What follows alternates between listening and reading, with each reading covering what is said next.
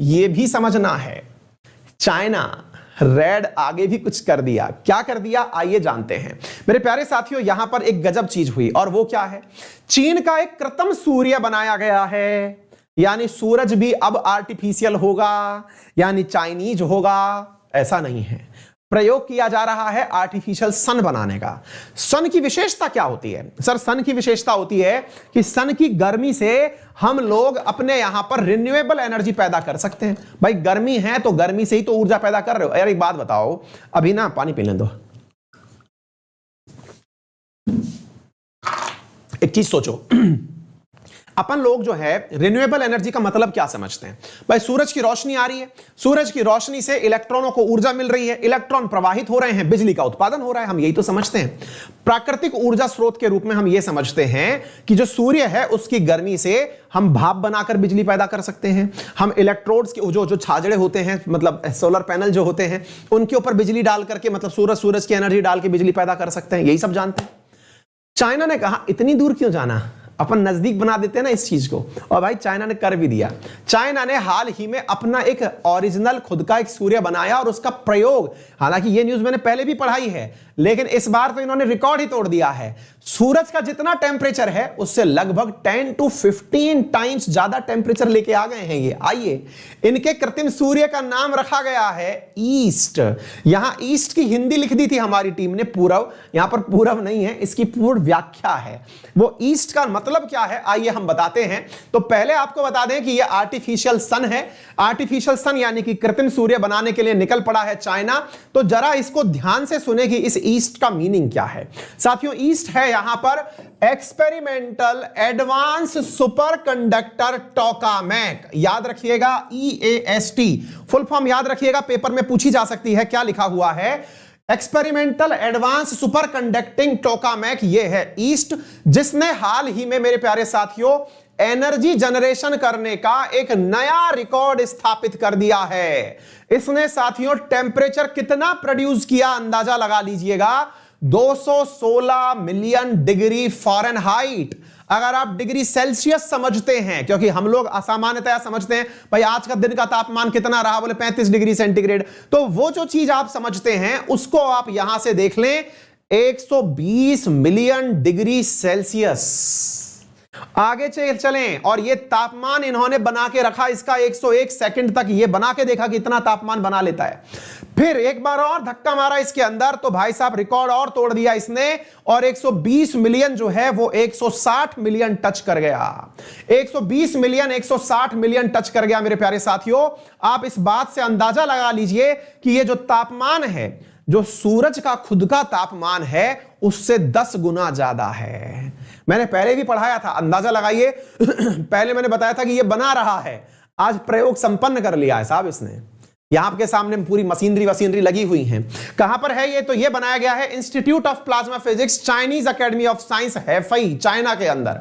यहां छोटा सा सूरज बना के देखा है इन्होंने, वो वाला सूरज नहीं है कि वहां से ले आए, समझे आप। और टेम्परेचर, ये नजदीक जमीन वाला टेम्परेचर नहीं हो रहा है बेटा। कहीं ये सोच रहे हो ओहो तो क्या हो गया, 40 डिग्री चल रहा है, 400 डिग्री तो हम गैस को ऑन करके बना लेते हैं सर, लोहे को गर्म करके बना लेंगे, इसमें क्या ही है सर। अरे वो नहीं कर रहे हैं भाई, यहां कुछ और चल रहा है। सूरज का जो कोर का टेम्परेचर है, जो सूरज वहां टका हुआ है, उस कोर के टेम्परेचर से 10 गुना ज्यादा टेम्परेचर इस मशीन ने प्रोड्यूस कर दिया।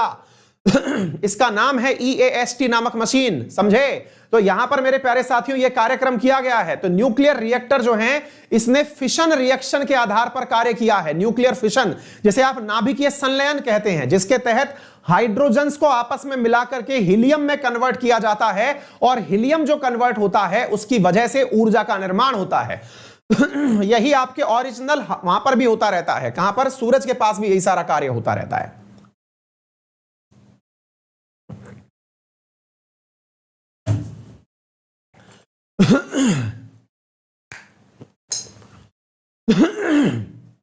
क्लियर है?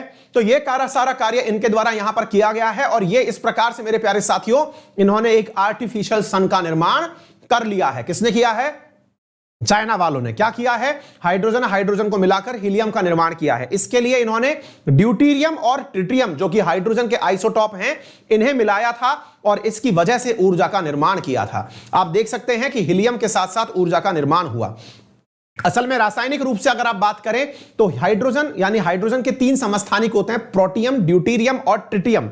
तो ड्यूटेरियम और ट्रिटियम जो है 1H2 और 1H3 अगर आपस में मिलाओगे तो 2He4 बनेगा और उसके साथ साथ एक जो है वो अतिरिक्त प्रोटॉन रिलीज हो जाएगा। उसी का उपयोग करके इन्होंने क्या किया साथियों, एक अतिरिक्त न्यूट्रॉन रिलीज हो जाएगा, उसी का उपयोग करके इन्होंने ऊर्जा का निर्माण किया है।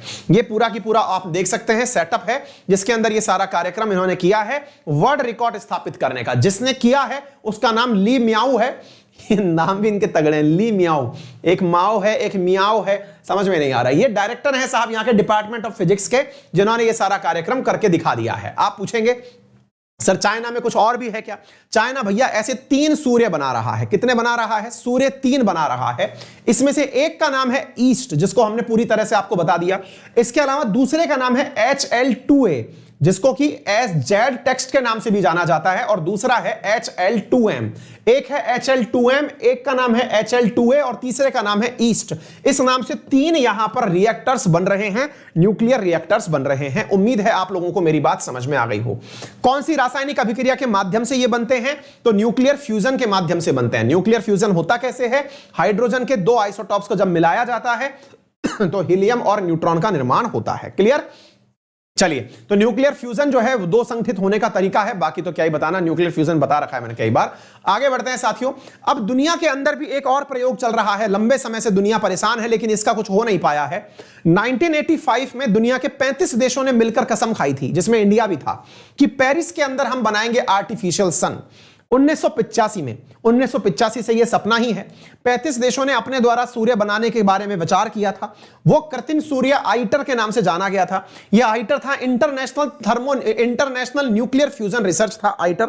और साथियों ये अभी तक प्रयोग चल ही रहा है, इसका कुछ हुआ नहीं। चाइना 3 बना लिया है, ठीक है ना। तो ये आइटर है international thermo nuclear experimental reactor. 1985 में प्लान किया गया था। अभी तक इसके ऊपर R&D ही चल रही है और इसके अंदर 10 बिलियन यूरो का कॉस्ट आएगा। अभी चर्चा ही चल रही है, हुआ दया कुछ है नहीं। चाइना इसमें आगे निकल गया है और चाइना ने यहां पर जो कर दिया वो मैंने आप लोगों को बता दिया है। क्लियर हो गया?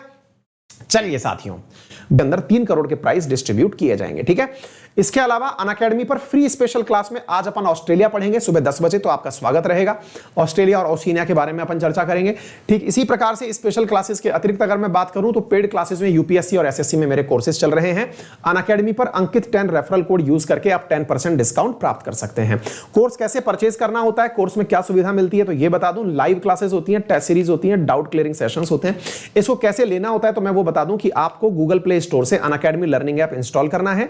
फोन नंबर से वहां पर जाकर के अपने आप को रजिस्टर करना है। लेट से एसएससी कैटेगरी में आप गए तो एसएससी कैटेगरी के अंदर 1 साल की जो फीस है वो 6500 रुपए है। अंकित 10 यूज करने पर 5850 में आपको अनअकैडमी पर यूपीएस एसएससी का सब्सक्रिप्शन मिल जाता है, जहां पर मेरा जीके के अलावा जो मैथ है, रीजनिंग है और जो भी टेक्निकल क्लासेस हैं वो सारी की सारी आपको वहां प्राप्त हो जाती हैं। किसी भी प्रकार की असुविधा हो